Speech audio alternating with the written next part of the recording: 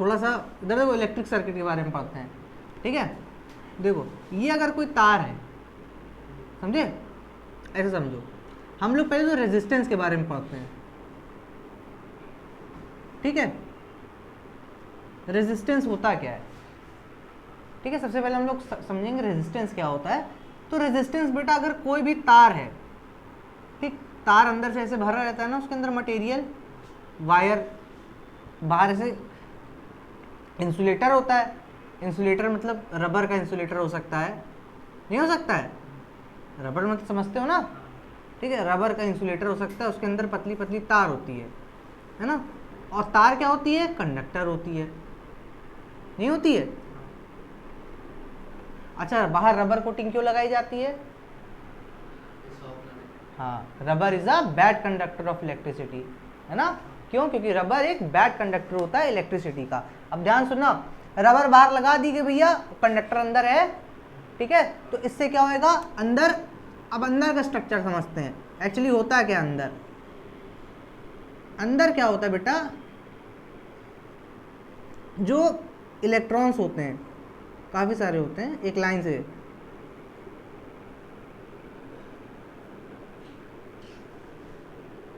ठीक, इसमें इलेक्ट्रॉन्स भरे होते हैं, ठीक है। अच्छा, इसका थोड़ा अपडेट वर्जन देख लो यहाँ पे। अच्छा, वोल्टेज एक्चुअली होता है कि हम तुमको वो समझाते हैं, ठीक है। वोल्टेज क्या होता है? वोल्टेज होता है फोर्स। वोल्टेज क्या होता है? एक तरीके का फोर्स। कभी अब तुम आगे चलोगे, देखो वोल्टेज की जो हमारी यूनिट होती है वो लिखते हैं हम लोग वोल्ट, VOLT, वोल्ट, समझे। और आगे चल के हम लोग पढ़ेंगे EMF, इलेक्ट्रोमोटिव फोर्स। आगे चल के हम लोग पढ़ेंगे EMF यानी इलेक्ट्रोमोटिव फोर्स। इलेक्ट्रोमोटिव फोर्स की भी यूनिट हम लोग पढ़ेंगे वोल्ट, समझे। तो यानी वोल्टेज मतलब क्या होता है? फोर्स होता है। वोल्टेज क्या होता है? फोर्स होता है, ठीक। बहुत अच्छा रिलेशन बताएं, ध्यान से समझना, ठीक है। घर के लिए देखो, इलेक्ट्रॉन को फोर्स लगाया जाता है, कौन लगाता है? वोल्टेज, ठीक। जो बाहर से, ध्यान सुना, ट्रांसफार्मर से वोल्टेज पैदा होता है ना। ट्रांसफार्मर से क्या होता है? वोल्टेज पैदा होता है। अब ये वोल्टेज जो होता है बेटा, ये वायर्स के अंदर आता है, यानी कि देखो ऐसे समझो, ये ट्रांसफार्मर है, ठीक, इससे जो है वोल्टेज निकल के आता है, समझे, घरों पे। इससे क्या होता है? वोल्टेज निकल के आता है घरों पे, ठीक। अभी इसके पहले का बताएंगे थोड़ा, अभी यहाँ के समझो। ट्रांसफार्मर से वोल्टेज यानी फोर्स निकल के आ रहा है, ठीक है। वायर्स के अंदर यानी कि जो तार हैं, तार के अंदर होता है मेटल, ये देखो, है ना। तार के अंदर क्या होता है? मेटल होता है। और मेटल क्या होता है? इलेक्ट्रॉन्स। मेटल्स मतलब इलेक्ट्रॉन्स। तो यानी इलेक्ट्रॉन्स के जेब से नहीं आते हैं, इलेक्ट्रॉन्स जेब से नहीं आते। इलेक्ट्रॉन्स तो पहले से इसमें तारों में फिक्स होते हैं अंदर, यानी इसके अंदर इलेक्ट्रॉन पहले से ही फिक्स है ना। यानी कि इलेक्ट्रॉन इसके अंदर पहले से ही था, क्यों? क्योंकि इसके अंदर मेटल था। ट्रांसफार्मर से वोल्टेज आया, वोल्टेज मतलब फोर्स आया, ध्यान सुनना, वोल्टेज मतलब फोर्स आया। ये फोर्स ने आके इसको पुश किया, तो इलेक्ट्रॉन आगे मूव करेगा, काफी सारे इलेक्ट्रॉन्स होंगे, वो भी आगे मूव करेंगे, ठीक। और हमने क्या बताया था उस दिन? इलेक्ट्रॉन्स जिस तरफ मूव करते हैं, करंट यानी I उसके ऑपोजिट ट्रेवल करती है। करंट उसके ऑपोजिट ट्रेवल करती है, यानी कि अगर इलेक्ट्रॉन इस तरफ है तो करंट I यानी कि करंट, है ना, इसके ऑपोजिट ट्रेवल करेगी। यानी जो झटका होता है उसको कहते हैं ना, यानी कि जो चार्ज, यानी कि जो करंट होगा वो उसके ऑपोजिट ट्रेवल करेगा, ठीक। अब ध्यान से सुनना, घर पे क्या होता है? घर पे लोग कहते हैं कि कूलर बंद कर दो, वोल्टेज कम आ रहा है, कहते ही नहीं कहते अक्सर। तो ध्यान सुनना, हाउस में क्या होता है? घरों की बात करते हैं।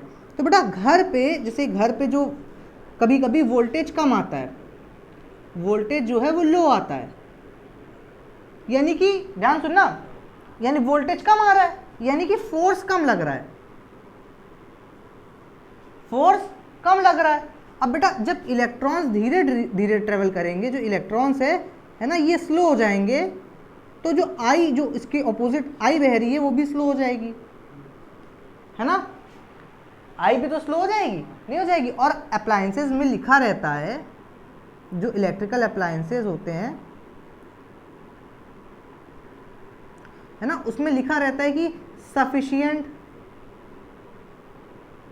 करंट इतनी चाहिए, इतना वोल्टेज चाहिए 220 वोल्ट नहीं चाहिए, है ना। तो बेटा देखो, जब वोल्टेज ही कम आ रहा है, ध्यान सुनना, वोल्टेज कम आ रहा है तो इलेक्ट्रॉन धीरे धीरे फ्लो करेंगे, क्योंकि फोर्स कम लग रहा होगा, तो करंट भी धीरे धीरे ऑब्टेंड हो रही होगी, तो इसीलिए वो धीरे धीरे जलबुझे फिर धीरे धीरे चला करता है ना। वो चलता है लेकिन वो धीरे धीरे, तो लेकिन प्रिकॉशंस दिए गए होते हैं ना, इंस्ट्रक्शंस दिए गए होते हैं कि कम वोल्टेज पे ना चलाइए। क्यों? क्योंकि हो सकता है पहले धीरे चले, फिर एकदम से वोल्टेज बढ़ जाए, फिर तेजी से चलने लगे, फिर धीरे, इससे क्या होता है, मोटर्स फूक सकती हैं, है ना। इसलिए हम लोग क्या करते हैं, घर के अप्लायंसेज में जब भी लो वोल्टेज होता है ना, तो हम लोग इन अप्लायंसेज को ऑफ कर देते हैं। ये बात समझ में आई? अच्छा, वोल्टेज के बारे में पता चला, यानी कि तुम लोग को क्या नाम है, इसके पोटेंशियल, इलेक्ट्रिक पोटेंशियल के बारे में पता चला क्या होता है। इलेक्ट्रिक पोटेंशियल कल बताया था। इलेक्ट्रिक पोटेंशियल क्या होता है, वर्क होता है, ध्यान सुनना। अच्छा, वोल्टेज क्या होता है, मन में ऐसे सोच के चलना, फोर्स होता है ना। अच्छा, इलेक्ट्रिक पोटेंशियल क्या होता है, इलेक्ट्रिक पोटेंशियल की भी यूनिट क्या लिखते हैं हम लोग, वोल्ट लिखते हैं, ध्यान देना। लेकिन ये क्या होता है, ये होता है वर्क। किसी भी, ध्यान सुनना, एक और बार बता दो इलेक्ट्रिक पोटेंशियल के बारे में, कोई भी इलेक्ट्रॉन या फिर कोई भी चार्ज, इलेक्ट्रॉन नहीं, वहां लिखा हुआ था पॉजिटिव चार्ज, देखना बुक में लिखा होगा पॉजिटिव चार्ज। किसी भी चार्ज को इन्फिनिटी से किसी भी पॉइंट में, जिस पॉइंट में हम लोग चाहते हैं लाना, है ना, उसके बीच में जो वर्क किया जाता है उसको कहते हैं क्या, इलेक्ट्रिक पोटेंशियल, है ना। और अगर किसी एक पर्टिकुलर पॉइंट से दूसरे पर्टिकुलर पॉइंट पे अगर किसी भी वोल्टेज को ले जाना चाहते हैं, है ना, तो उसमें जो वर्क होता है ना, तो उसको कहते हैं क्या, पोटेंशियल डिफरेंस। इसमें क्या, दोनों नोन है, दोनों पॉइंट हम लोग जानते हैं, है ना। और इसमें क्या होता है, इन्फिनिटी से, इन्फिनिटी मतलब पता नहीं कितनी डिस्टेंस है, किसी पर्टिकुलर पॉइंट पे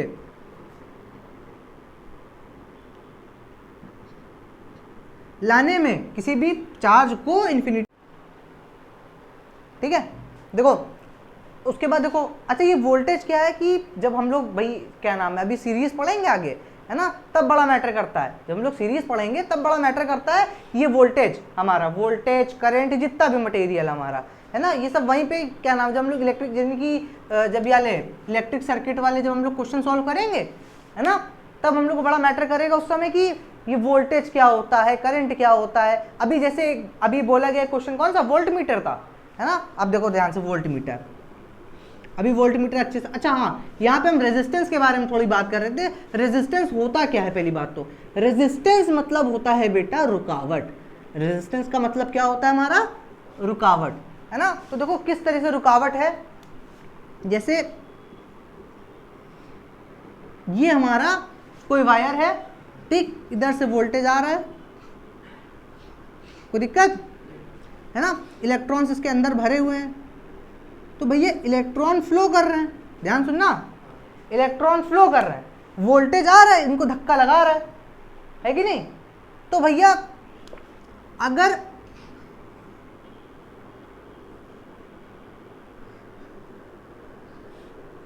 लेकिन ये एक्चुअल है ना, ये इमेजिनेशन समझ लो, इमेजिनेशन, है ना, और ये रियलिटी है।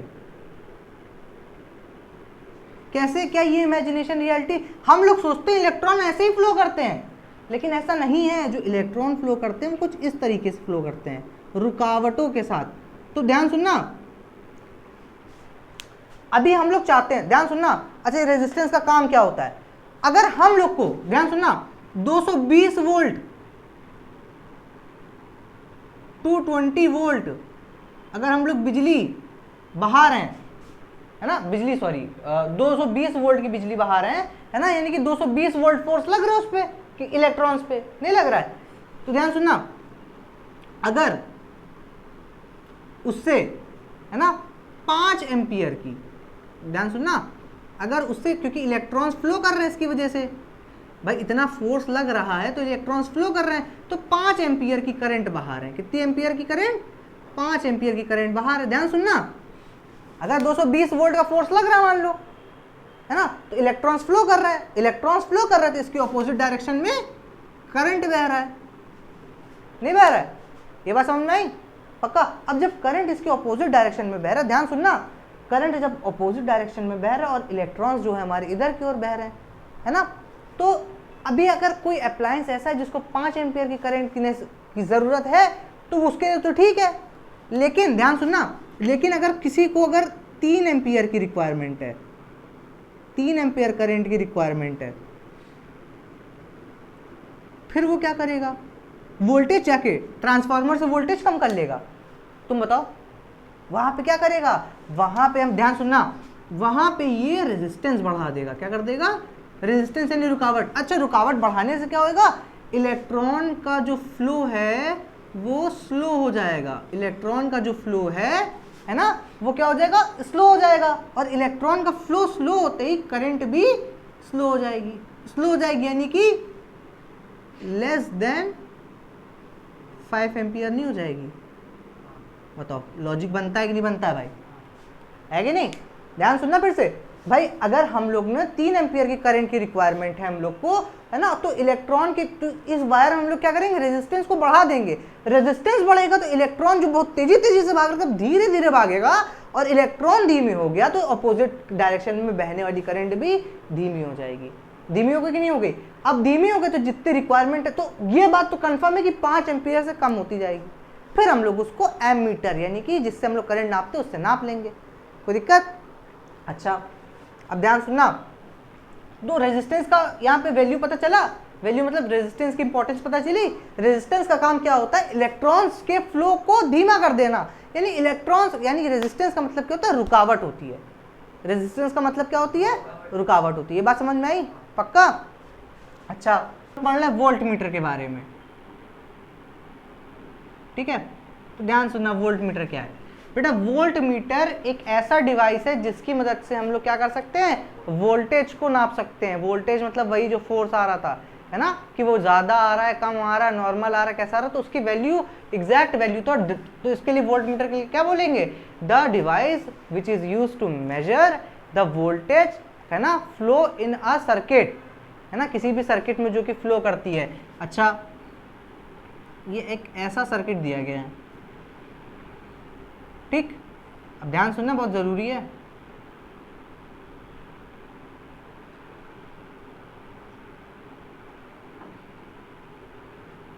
ठीक है, देखो यहाँ पे क्या दिया गया? वोल्ट मीटर दिया गया है। यहाँ पे क्या दिया गया है? वोल्ट मीटर दिया गया है, ठीक है? अभी एक्चुअली है क्या? देखो, ये बैटरी होती है। ये क्या होती है? नहीं, अगर सिंगल बनता है तो ये होता है सेल, समझे? अगर ये सिंगल कॉम्बिनेशन बनता है तो ये क्या होता है? सेल होता है। और अगर ये एक से ज़्यादा या फिर 2 से 4 बन जाता है तो फिर वो बैटरी बन जाती है। कोई दिक्कत? पक्का? यानी कि एक से ज़्यादा जैसे ही हो गया, ये अगर ये इस तरीके से होता है तो ये क्या हो जाती है? बैटरी हो जाती है ना? अगर सिंगल रहता है तो ये सेल रहता है। अच्छा, ये क्या होती है? इसको कहते हैं की। हाँ, की बोल लो, स्विच बोल लो, एक ही बात है ना? स्विच मतलब वही ऑन ऑफ करने वाला, ठीक? और ये 2 क्या लगे हुए हैं? रेजिस्टेंस। यहाँ पे 2 क्या लगे हुए हैं? रेजिस्टेंस मतलब बीच में 2 रुकावटें लगी हुई हैं। Excuse me. अब सुनो, यहाँ पे रेजिस्टेंस लगा हुआ है। अच्छा, रेजिस्टेंस कैसे नापते हैं सर? जैसे करंट एम्पियर में नाप लेते हैं, है ना? करंट जो होता है वो एम्पियर में नाप लिया जाता है ना? वोल्ट, क्या नाम है, वोल्टेज जो होता है वो वोल्ट में नाप लिया जाता है, मेजर कर लिया जाता है। तो जो तुम्हारा रेजिस्टेंस होता है वो किस में नापते हैं? किस में नापते हैं? ओम में। और इसको ऐसे रिप्रेजेंट करते हैं, जैसे 5 ओम, 6 ओम। कोई दिक्कत? पक्का? ये बात समझ में आई, है ना? तो यहाँ पे कुछ भी होएगा अपना, तो इसको हम लोग ले लेते हैं R1, ये होता है R2, बड़े वाला पॉजिटिव टर्मिनल, छोटा वाला नेगेटिव टर्मिनल, ठीक? करंट फ्लो करी, नेगेटिव टू पॉजिटिव आती है, यानी कि पॉजिटिव वाली की तरफ से फ्लो करना चालू करती है करंट। हमेशा इधर बही, इधर बही, इधर आगे गई, यानी कि ये आपने फ्लो बताया। एरो लगाना बहुत ज़रूरी है, बिना एरो के काम नहीं बनता, एरो लगाना बहुत ज़रूरी होता है। ये बात समझ में आई? अच्छा, इतना सर्किट समझ में आया? अच्छा, ये सर्किट केवल दिया गया पूरा, है ना, ये पूरा सर्किट दिया गया। अब इसमें हम लोग को वोल्टेज नापना है। तो वोल्टेज पहली बात तो प्लेस कैसे करेंगे, है ना, वोल्टेज कनेक्ट, वोल्ट मीटर जो है हमारा वो हम कनेक्ट कैसे करेंगे, वोल्टेज नहीं कनेक्ट करेंगे, वोल्ट मीटर कनेक्ट करेंगे, है ना, यानी कि वोल्ट मीटर कनेक्ट कैसे करेंगे, इसमें कैसे करेंगे वोल्ट मीटर कनेक्ट। बीच से हम लोग कहते हैं इसको तार काटो और यहाँ गोली लगाओ, वोल्ट मीटर लग गया, नाप लेंगे। लेकिन ऐसा नहीं है, यहाँ पे रीडिंग नहीं देता है, यहाँ पे रीडिंग नहीं देगा आपको। आपको क्या करना पड़ेगा, आपको रेजिस्टेंस के पैरेलल लगाना पड़ेगा वोल्ट मीटर को। कहाँ लगाना पड़ेगा, रेजिस्टेंस के पैरेलल लगाना पड़ेगा आपको वोल्ट मीटर को। ये बात समझ में आई? पैरेलल मतलब समझते हो बेटा, यहाँ पे एक तार बांधी, यहाँ पे एक तार बांधी, इसके ऊपर लगाना पड़ेगा, ठीक है। अच्छा, पैरेलल कैसे सर आपने कह दिया? तो पैरेलल बेटा वो होता है जहाँ पे करंट का फ्लो डिवाइड हो जाता है ना, जहाँ पे करंट का फ्लो डिवाइड हो गया वहाँ पे क्या हो जाता है, वो पैरेलल हो जाता है। ये बात समझ में आया? पक्का? अच्छा, जल्दी से हम लोग इसी में ही एम मीटर पढ़ लेते हैं, है ना। अगर हम लोग को कभी एम मीटर लगाना हो, एम मीटर क्या होता है बेटा, एम मीटर क्या होता है, कोई बताएगा? A device which is used to major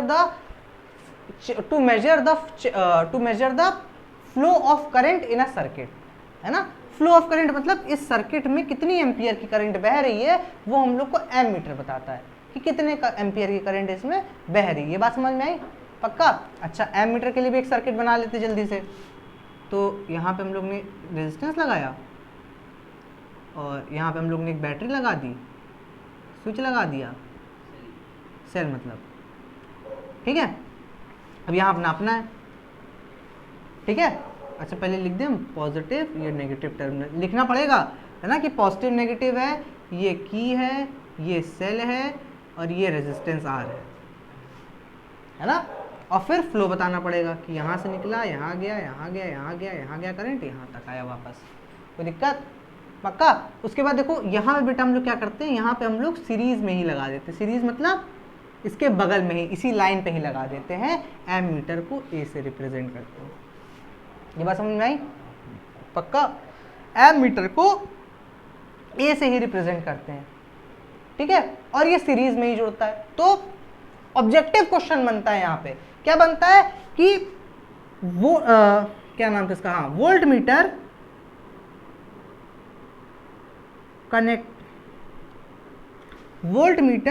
connected in a circuit in, और ammeter connected in circuit in. तो वोल्ट मीटर जो है आपका वो पैरेलल जुड़ता है, पैरेलल कॉम्बिनेशन। किसमें जुड़ता है? इसको कहते हैं पैरेलल कॉम्बिनेशन। क्या कहते हैं इसको? Parallel combination. तो क्वेश्चन क्या बना, in which combination voltmeter is connected in a electric circuit, यानी इलेक्ट्रिक सर्किट में वोल्ट मीटर कौन से कॉम्बिनेशन में क्या होता है, फिट किया जाता है, जिससे कि एक्यूरेट रीडिंग मिले। तो किसमें? पैरेलल कॉम्बिनेशन में, है ना। और एमीटर सीरीज कॉम्बिनेशन, कौन से कॉम्बिनेशन में? Series combination. बेटा सीरीज कॉम्बिनेशन मतलब बिल्कुल लाइन पे, जिस लाइन पे रेजिस्टेंस है उसी लाइन पे अगर फिट कर दिया गया वो सीरीज कॉम्बिनेशन, और अगर उसके ऊपर या फिर उसके तार काटते हुए ले गए, है ना, तो वो होता है पैरेलल कॉम्बिनेशन। ये दोनों डायग्राम और सर्किट समझ में आए? पक्का? तो इनको कहते हैं बेटा सर्किट डायग्राम। तो जब भी आपका, है ना, अगर आपके उसमें एक्सप्लेनेशन में कभी भी फंस जाता है आके कि एक्सप्लेन करिए वोल्ट मीटर, तो केवल आप वो डेफिनेशन नहीं लिख के आएंगे, है ना, कि the instrument which is used to measure the accurate reading of the voltage in a circuit is called voltmeter। इसके साथ साथ आप ये प्रॉपर डायग्राम दे के आएंगे और डायग्राम के साथ साथ यहाँ पूरा मेंशन करेंगे एक एक चीज। क्या? इसके इस डायग्राम के बारे में here R1 is the first resistance, R2 is the second resistance, है ना, और उसके बाद सेल है ना तो इसको C1 लिखना hair C1 is a cell, है ना, और इसको K लिखना। अभी ओम्स लॉ चालू कर दिया, ठीक है। अब सुनना ध्यान से, ओम्स लॉ, तो बेटा ओम्स लॉ भी बड़ा सिंपल सा है ना। ओम्स लॉ हम लोग बचपन से ही पढ़ चुके हैं, नहीं बचपन से नहीं पढ़ा है क्या, लेकिन बचपन से एक चीज पढ़ चुके हैं क्या, डायरेक्टली प्रोपोर्शनल, है ना, डायरेक्टली प्रोपोर्शनल। अच्छा डायरेक्टली प्रोपोर्शनल के बारे में थोड़ा सा हम लोग पहले ऐसा छोटे छोटे देख लें। जैसे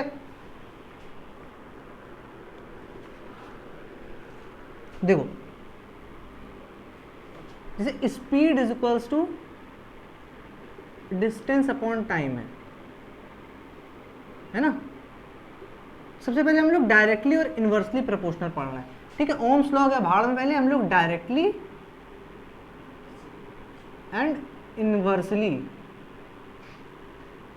प्रोपोर्शनल के बारे में थोड़ा देखते हैं, ठीक है। डायरेक्टली एंड इनवर्सली प्रोपोर्शनल के बारे में थोड़ा देखते हैं। देखो speed is equal to distance upon time, ठीक है, ध्यान देना।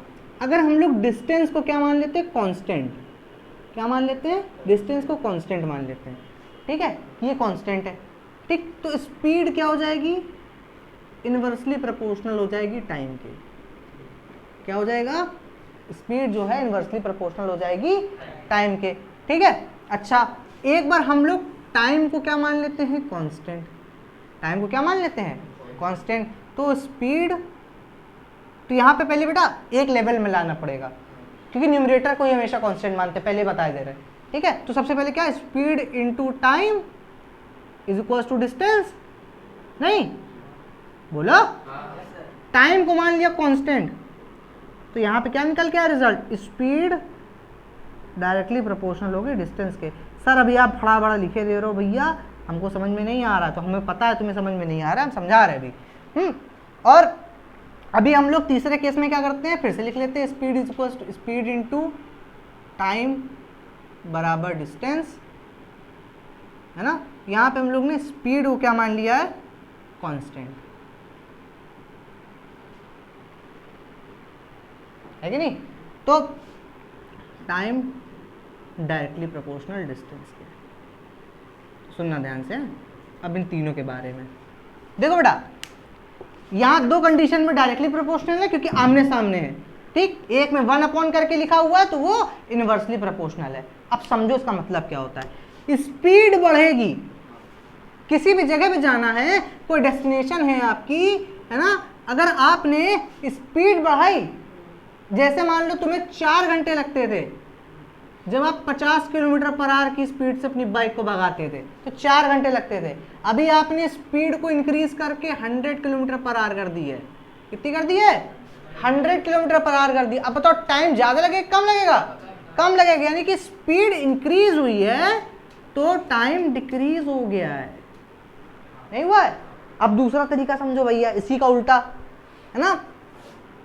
टाइम अभी 4 घंटे लगते थे, समझना, अभी 4 घंटे लगते थे, अब तुमको 8 घंटे लग रहे हैं। इसका मतलब तुम आलसी जात के हो गए हो और तुमने स्पीड को अपनी रिड्यूस कर दिया है। क्या कर दिया है, रिड्यूस। जरूरी नहीं 25 ही कर दिया हो 50 से, लेकिन कुछ ना कुछ कम कर दिया, तभी तुमको टाइम ज्यादा लग रहा है। ये बात समझ में आई, पक्का। तो यानी कि अगर हम लोग ने टाइम को इंक्रीज कर दिया है तो ऑब्वियस सी बात है कि जो स्पीड है तुम्हारी वो डिक्रीज हो जाएगी। ये बात समझ में आई। तो यहाँ पे ये रिलेशन प्रूव होता है इनवर्सली प्रोपोर्शनल का। ये बात समझ में आई, इनवर्सली प्रोपोर्शनल का रिलेशन कहाँ पे प्रूव हो रहा है। नेक्स्ट देखो, यहाँ पे आ जाओ, speed is directly proportional to distance, ठीक। फिर से भाई आपका एक मंजिल है और एक है ना, स्टार्टिंग पॉइंट है और आपकी डेस्टिनेशन है ना। अब आपने स्पीड बढ़ाई, है ना, ध्यान सुनना, स्पीड बढ़ाई तो डिस्टेंस क्या होएगी, बढ़ जाएगी।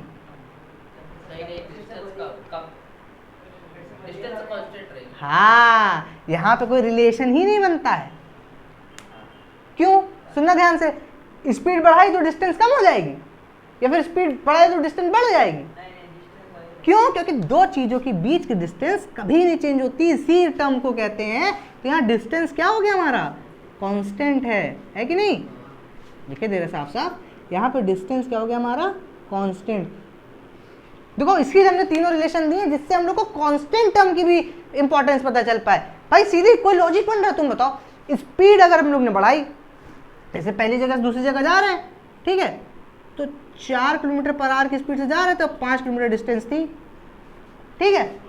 अब हम लोग 4 की जगह 50 किलोमीटर पर आवर की स्पीड से जा रहे हैं, तो क्या डिस्टेंस घट जाएगी, क्या रोड कम हो जाएगी है? अच्छा 4 की जगह अगर हम लोग 2 किलोमीटर पर आवर की स्पीड से जा रहे हैं, तो क्या रोड कट जाएगी कि रोड बढ़ जाएगी?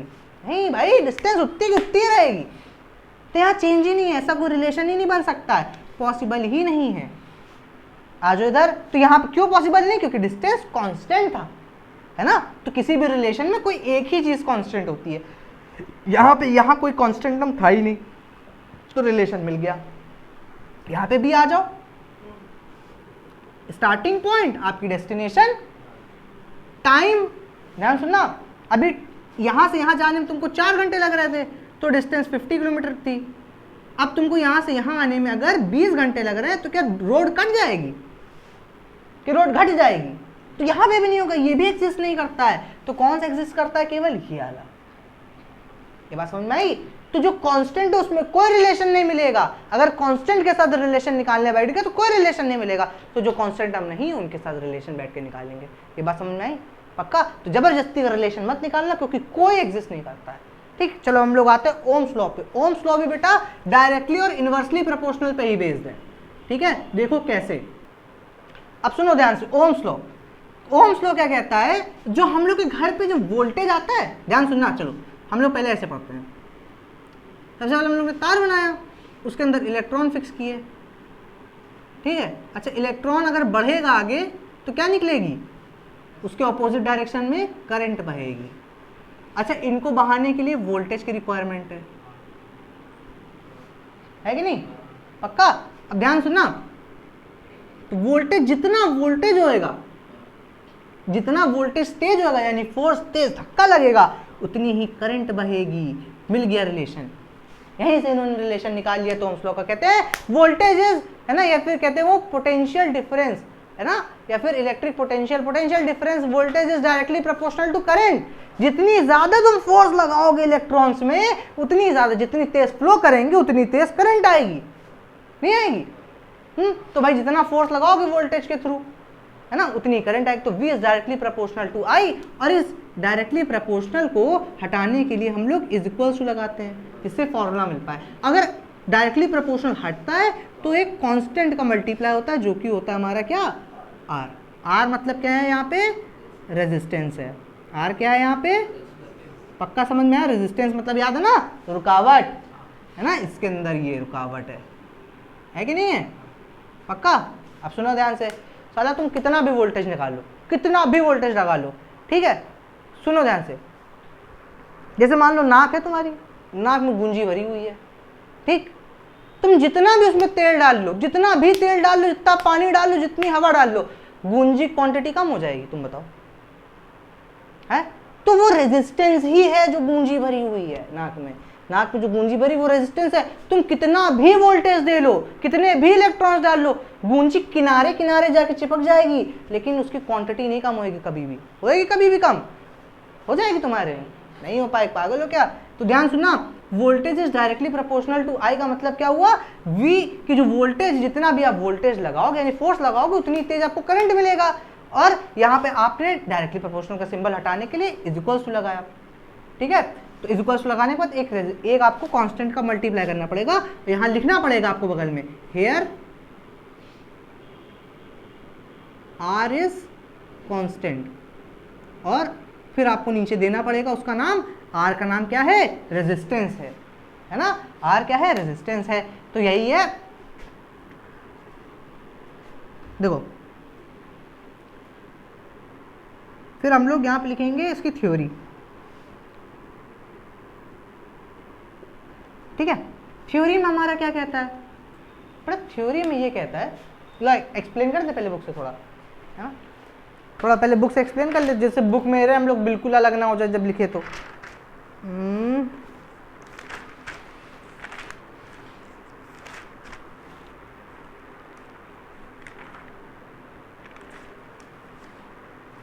कहाँ चला गया?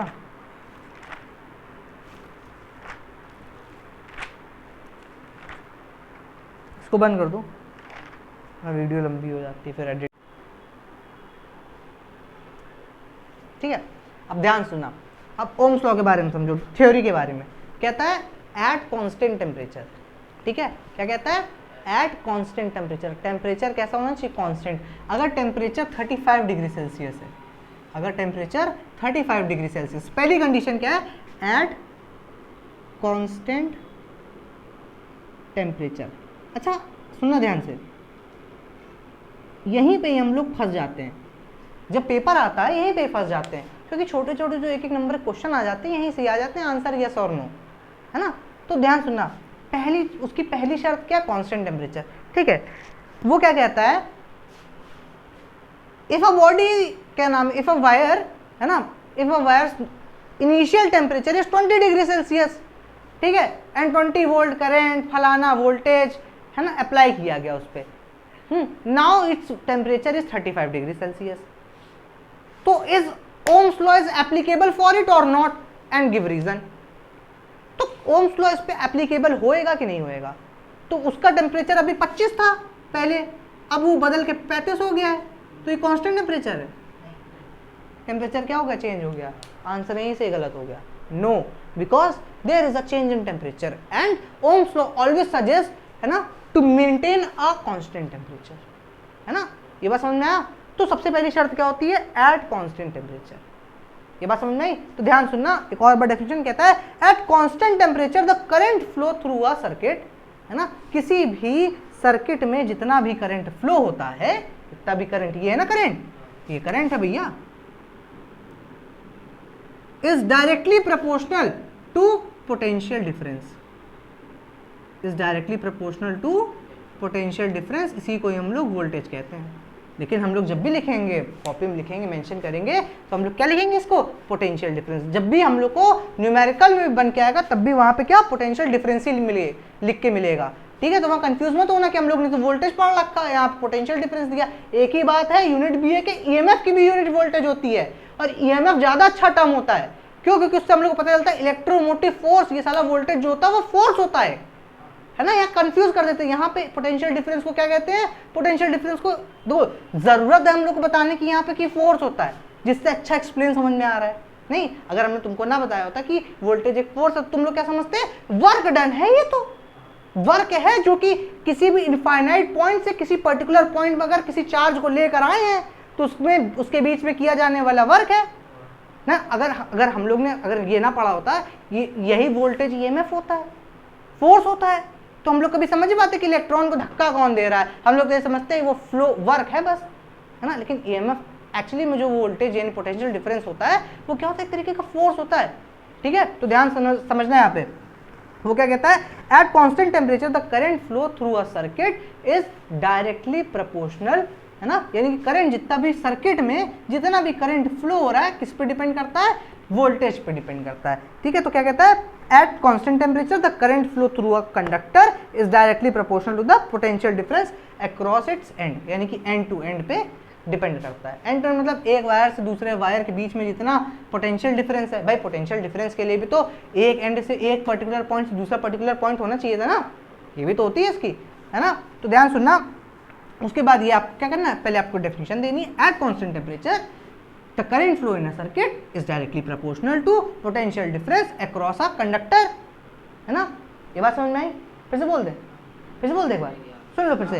Eight constant temperature the current flow in a circuit is directly proportional to, है ना, potential difference across a conductor. ये बात समझ में आई? उसके बाद आपको एक्सप्लेनेशन देना है। V is directly proportional to I, V is equals to IR, है ना, I into R, here R is constant, R is resistance which never be change, है ना। एंड यहाँ पे ऐसे लिखते हैं पूरा, फिर यूनिट ऑफ रेजिस्टेंस जो भी बताया जाता है ना उसके बारे में सब बताते हैं। तो रेजिस्टेंस की यूनिट क्या होगी? ओम, ब्रैकेट में लिख दीजिए, कोई दिक्कत? पक्का? अच्छा, उसके बाद क्या कहता है? उसके बाद कहता है we find that the ratio of potential difference applied between the end of a conductor and the current flow. अच्छा, अब यहाँ पे आपको रेजिस्टेंस की डेफिनेशन देनी होती है ना।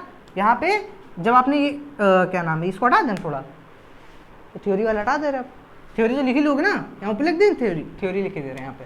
सबसे पहले थ्योरी स्टेप 1 है ना, उसके बाद यहाँ से स्टेप 2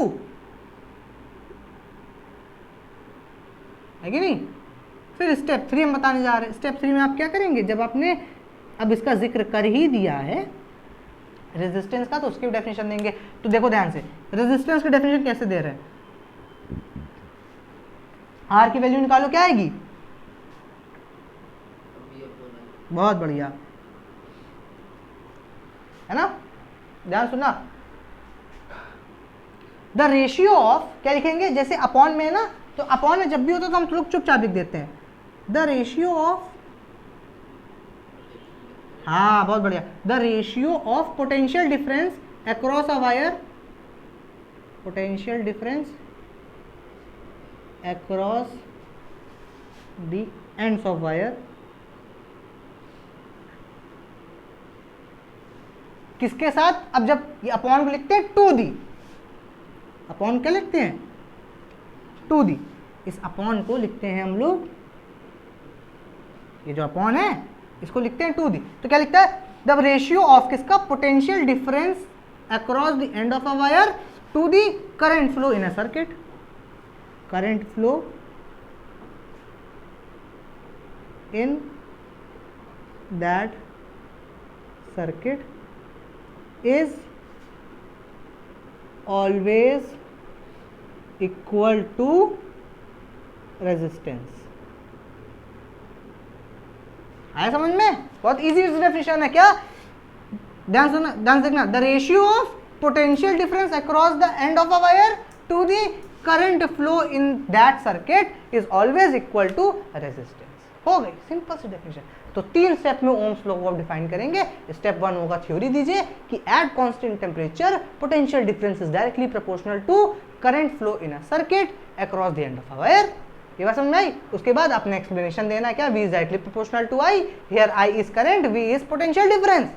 यहाँ पूरा लिखना पड़ेगा, V पोटेंशियल डिफरेंस है और I क्या है, करंट है। ये बात समझ में आई। उसके बाद V is equals to IR। उसके बाद अपने क्या नाम R रेजिस्टेंस है, यूनिट ऑफ रेजिस्टेंस ओम देनी है। उसके बाद R is equals to V upon I होता है, तो यहाँ से रेजिस्टेंस की डेफिनेशन देनी है। ये बात समझ में आई। अच्छा, उसके बाद थोड़े से इसके एप्लीकेशंस दिए गए हैं, वो भी देख लेते हैं। कहते हैं ठीक है, उसके बाद कहते हैं आपको 2 रिलेशन बताने हैं। तो कहता है current is directly proportional to the potential difference. साफ दिख रहा है, current is directly proportional to potential difference.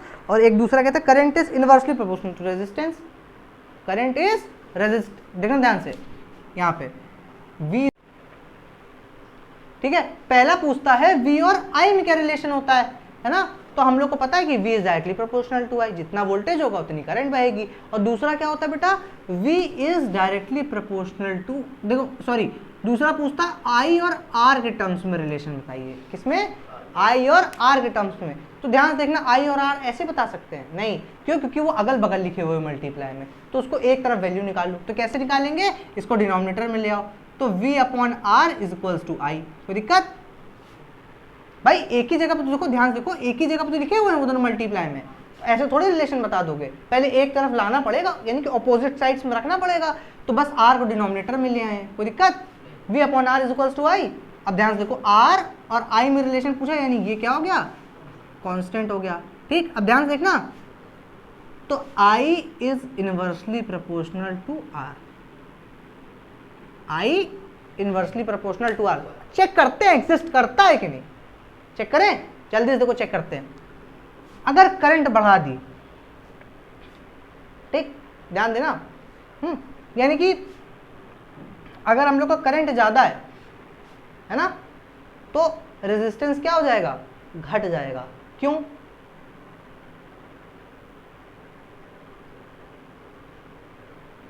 देखो कैसे, अब समझाते हैं ना इसके बारे में, बढ़िया से एग्जांपल देते हुए समझाते हैं। बाकी सब हटा दें, इसको जरा पॉज कर दो, पॉज क्या कट कर दो, हटा दो, अभी नया चालू कर देना। ठीक है, अब देखो ध्यान से, V इज डायरेक्टली प्रोपोर्शनल, देखो V is equal to IR था, ठीक है, तो हम लोग को मिल गया था कि जब रेजिस्टेंस कांस्टेंट है तो V directly proportional to I, पहला रिलेशन है ना। अभी हम लोग क्या करना, I और R के टर्म्स में रिलेशन निकालना, तो सबको तो इसको डिनोमिनेटर में ले आओ, तो V/R is equals to I, है कि नहीं। तो अभी हम लोग को I और R के टर्म्स में रिलेशन निकालना, तो V क्या हो गया हमारा, कांस्टेंट हो गया, नहीं हो गया। तो यानी कि हम लोग को यहाँ से क्या मिल गया, I is direct inversely proportional to R, I is inversely proportional to R। अच्छा, अब हम लोग ये समझना चाहते हैं कि करंट के बढ़ने से रेजिस्टेंस कैसे घट रहा है ना, बात समझना मेरी बात। अच्छा, करंट ज्यादा होगा तो फिर ऐसे पुश कर देगा। नहीं नहीं नहीं, रेजिस्टेंस को पुश नहीं करेगा, अभी बताते कैसे घटेगा। भाई ये तो नहीं समझ में आ रहा ना, कहीं लॉजिक तो नहीं आ रहा कि रेजिस्टेंस खत्म हो जाए कि वो खा जाएगा।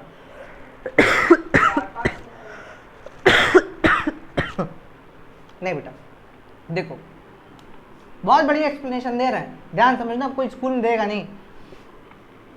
अगर मान लो ये है 12 देवी, क्या है 12 देवी मंदिर, ठीक है, ये 12 देवी की मंदिर है, ठीक है।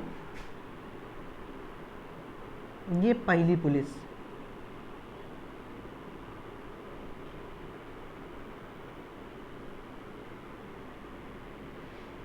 अपना दीप भी एनसीसी लिए है,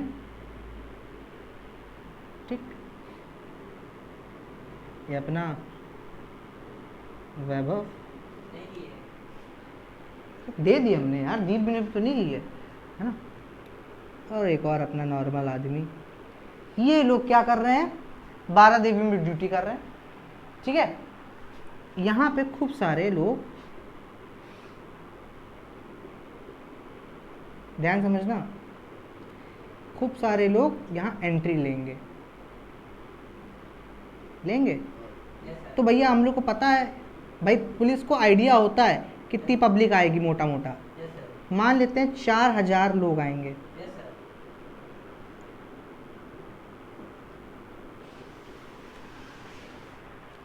एक मिनट पे पॉज करना, अभी तक समझो, लिमिटेड लोग आने थे 4000 लोग, उस हिसाब से पुलिस लगाई गई। अब बोलो हाँ, हाँ ये ऐसे बोलते हैं।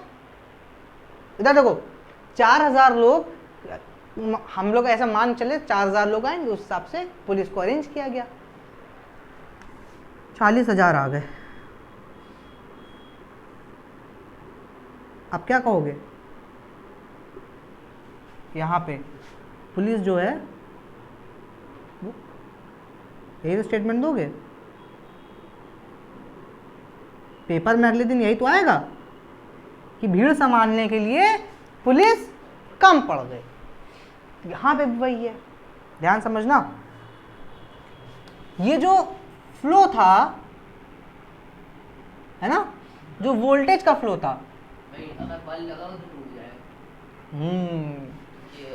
भाई यहाँ पे रेजिस्टेंस तो है, ठीक है भाई, जो रेजिस्टेंस है एक लिमिटेड चीज तक कोई तो रोक सकता है। भाई भीड़ क्या करती है, एक दूसरे को धक्का देती है कि नहीं। अगर यहाँ पे वोल्टेज बढ़ गया कभी, इन द केस, बात ध्यान सुना, अगर मान लो से जो क्या नाम है तुम्हारे, अगर इलेक्ट्रॉन्स जो थे बहुत तेजी जाने लगे, इलेक्ट्रॉन भाई अगर ज़्यादा फोर्स मिलेगा तो ज़्यादा से ज़्यादा इलेक्ट्रॉन्स आगे बढ़ेंगे एक साथ, जितना फोर्स लगेगा उतने इलेक्ट्रॉन्स एक साथ आगे बढ़ेंगे।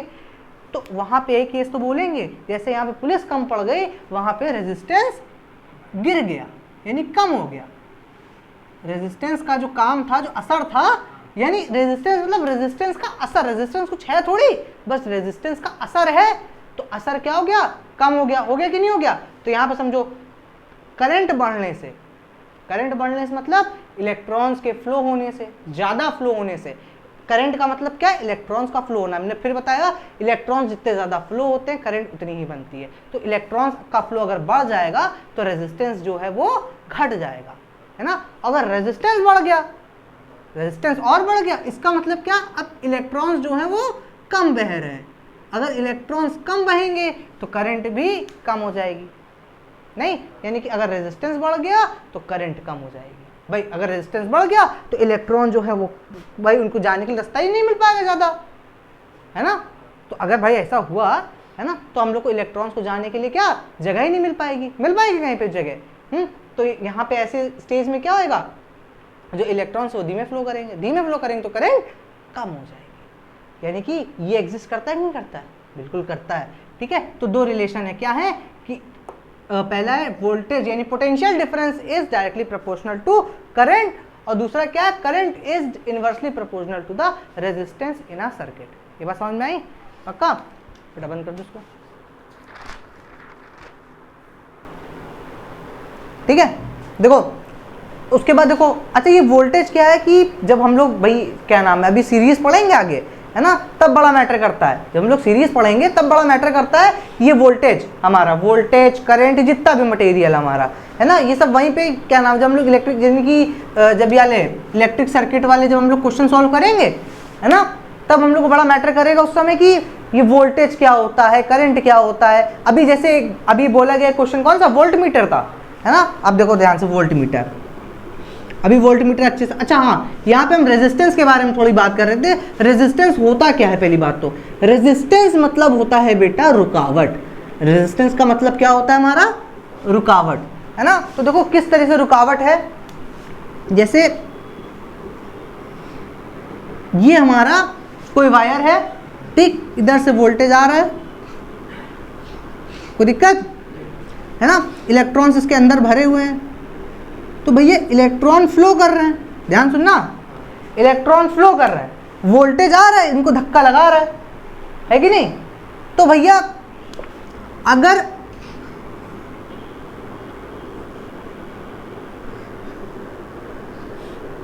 लेकिन ये एक्चुअल है ना, ये इमेजिनेशन समझ लो, इमेजिनेशन है ना, और ये रियलिटी है। कैसे, क्या ये इमेजिनेशन रियलिटी, हम लोग सोचते हैं इलेक्ट्रॉन ऐसे ही फ्लो करते हैं, लेकिन ऐसा नहीं है। जो इलेक्ट्रॉन फ्लो करते हैं वो कुछ इस तरीके से फ्लो करते हैं, रुकावटों के साथ। तो ध्यान सुनना, अभी हम लोग चाहते हैं, ध्यान सुनना, अच्छा रेजिस्टेंस का काम क्या होता है, अगर हम लोग को, ध्यान सुनना, 220 वोल्ट 220 वोल्ट अगर हम लोग बिजली बहा रहे हैं, है ना, बिजली सॉरी 220 वोल्ट की बिजली बहा रहे हैं, है ना, यानी कि 220 वोल्ट फोर्स लग रहा है उस पे कि इलेक्ट्रॉन्स पे नहीं लग रहा है। तो ध्यान सुनना, अगर उससे, है ना, 5 एम्पियर की, ध्यान सुनना, अगर उससे, क्योंकि इलेक्ट्रॉन्स फ्लो कर रहे हैं इसकी वजह से, भाई इतना फोर्स लग रहा है तो इलेक्ट्रॉन्स फ्लो कर रहे हैं, तो 5 एम्पियर की करंट बहा रहे हैं। कितनी एम्पियर की करंट, 5 एम्पियर की करंट बहा रहे हैं। ध्यान सुनना, अगर 220 वोल्ट का फोर्स लग रहा है मान लो, है ना, तो इलेक्ट्रॉन्स फ्लो कर रहा है, इलेक्ट्रॉन्स फ्लो कर रहे हैं, तो इसके ऑपोजिट डायरेक्शन में करंट बह रहा है, नहीं बह रहा है, ये बात समझ में आई? पक्का? अब जब करंट इसके ऑपोजिट डायरेक्शन में बह रहा है, ध्यान सुनना, करंट जब ऑपोजिट डायरेक्शन में बह रहा है और इलेक्ट्रॉन्स जो है हमारे इधर की ओर बह रहे हैं, है ना, तो अभी अगर कोई अप्लायंस ऐसा है जिसको 5 एम्पियर की करंट की ज़रूरत है, तो उसके लिए तो ठीक है, लेकिन ध्यान सुनना, लेकिन अगर किसी को अगर 3 एम्पियर की रिक्वायरमेंट है, 3 एम्पियर करंट की रिक्वायरमेंट है, फिर वो क्या करेगा, वोल्टेज जाके ट्रांसफार्मर से वोल्टेज कम कर लेगा। तुम बताओ वहां पे क्या करेगा, वहां पे हम, ध्यान सुनना, वहां पे ये रेजिस्टेंस बढ़ा देगा। क्या कर देगा, रेजिस्टेंस यानी रुकावट। अच्छा, रुकावट बढ़ाने से क्या होगा, इलेक्ट्रॉन का जो फ्लो है वो स्लो हो जाएगा, इलेक्ट्रॉन का जो फ्लो है ना, वो क्या हो जाएगा, स्लो हो जाएगा, और इलेक्ट्रॉन का फ्लो स्लो होते ही करंट भी स्लो हो जाएगी, यानी कि लेस देन 5 एम्पियर नहीं हो जाएगी। बताओ लॉजिक बनता है कि नहीं बनता है भाई, है कि नहीं? ध्यान सुनना फिर से भाई, अगर हम लोग ने 3 एम्पियर की करंट की रिक्वायरमेंट है हम लोग को, है ना, तो इलेक्ट्रॉन के, तो इस वायर में हम लोग क्या करेंगे, रेजिस्टेंस को बढ़ा देंगे। रेजिस्टेंस बढ़ेगा तो इलेक्ट्रॉन जो बहुत तेजी से भाग रहा था धीरे धीरे भागेगा, और इलेक्ट्रॉन धीमे हो गया तो अपोजिट डायरेक्शन में बहने वाली करंट भी धीमी हो जाएगी। धीमी हो गई कि नहीं हो गई? अब धीमी हो गई तो जितनी रिक्वायरमेंट है, तो ये बात तो कंफर्म है कि 5 एम्पियर से कम होती जाएगी। फिर हम लोग उसको एमीटर यानी कि जिससे हम लोग करंट नापते हैं उससे नाप लेंगे, कोई दिक्कत? अच्छा, अब ध्यान सुनना, तो रेजिस्टेंस का यहाँ पे वैल्यू पता चला, वैल्यू मतलब रेजिस्टेंस की इंपॉर्टेंस पता चली। रेजिस्टेंस का काम क्या होता है, इलेक्ट्रॉन्स के फ्लो को धीमा कर देना, यानी इलेक्ट्रॉन्स, यानी रेजिस्टेंस का मतलब क्या होता है, रुकावट होती है। रेजिस्टेंस का मतलब क्या होती है, रुकावट होती है। ये बात समझ में आई, पक्का? अच्छा अब रुकना,